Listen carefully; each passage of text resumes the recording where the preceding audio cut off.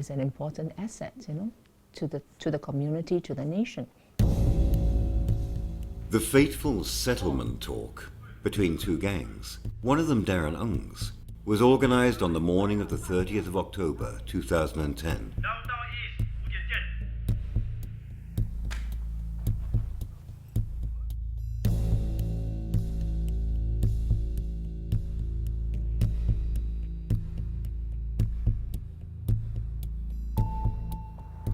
Sorry, brother， 我不是要跟你找麻烦的。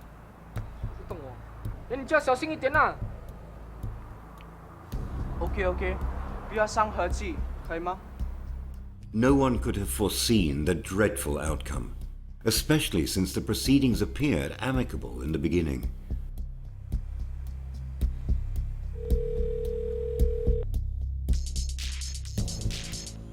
Hello， 老大，全部 settle 了。什么 settle？ 跟他们啊。你等我了。哦，知道了。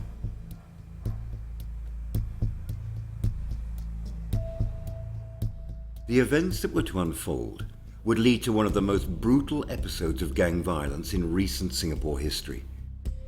With no idea on how the settlement talks were going, on the other side, members of the two gangs indulged in the inane ritual of an aggressive staring match. To us it is senseless. To them it's very important because it's a matter of saving face, not losing ground. That's very important for a gang. I should not lose ground, I should not lose face. So if I let you go on staring at me and do nothing about it, I'm losing face. And I cannot afford it. Because the next time people will say, this gang, we can stare at them, we can spit at them, they won't do anything. So you do not want to have that sort of reputation. So you got to react. 你看什么？眼睛是我的，我看你说还不可以啊？发生什么事？他们要找我的麻烦，跟我的朋友找麻烦。要被打。你讲什么？喂，对，刚才不是san蛋了？要打，打就打，要打就打。A fight quickly erupted, morphing into a running battle. The brutal nature of attack sent chills among the crowd of onlookers, many of whom were simply too shocked to interfere.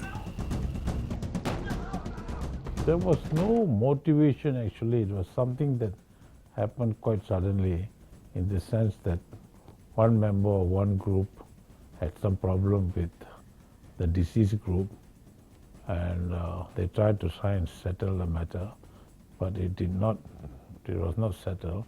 In fact, it escalated into a fight. When the dogs did not succeed, there was a fight. And they chased the deceased in public and slashed him in front of so many people. Very blatant violence, Complete disregard for the law, I think. Darren, totally outnumbered, suffered 28 injuries on his head, neck, chest and limbs. He died in Changi General Hospital 5 hours later. The fatal blow was a slash at his neck, which led to massive blood loss. In the aftermath, pro-death penalty advocates in Singapore had called for the hanging of the 4 main culprits, who were promptly arrested. Feelings had run high as the brutal and sustained strike took place at downtown East, a place of merriment, and witnessed by scores of little children, petrifying them and their loved ones. The fact that the assault took place in full view of a crowd on a Saturday evening showed clearly the blatant disregard the offenders had for the law. Despite this, Subhas, who was the defense counsel, pleaded for leniency from the courts. We were not saying that what they did was minor or something. A life has been lost. It's a tragedy. Every time you lose a life in this sort of thing, is a tragedy. But the life is lost by sending them in for long period of imprisonment. You're not bringing back the life. One life has already been destroyed. And if you put these young people in prison for a long time, you're also destroying their lives. You're adding on to the tragedy. And that is something that we should avoid in criminal law. We must give people a chance. And that's what we are arguing about. 5 gang members eventually faced the most serious charges of culpable homicide. All were convicted and served with lengthy jail terms with caning. 7 others were charged with rioting. This incident prompted the government to step up its efforts on the clamping down on youth gangs. A new youth guidance program was also implemented in 2011 to reach out to at-risk youths who might be more vulnerable to joining gangs. Firstly, it must be taught to them that they do not have to belong to any gang to be considered important. These are some of the things that they must be educated to. That you do not need the support of gangsters to exist. You got to drill this into the mind. It's a mindset, an attitude that has to be changed.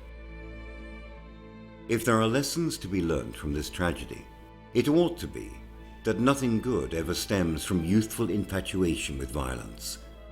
Perhaps no one understands this as well as Gary does. With his gangster days well behind him, it now seems clear to him that the recalcitrant life he chose was doomed from the outset.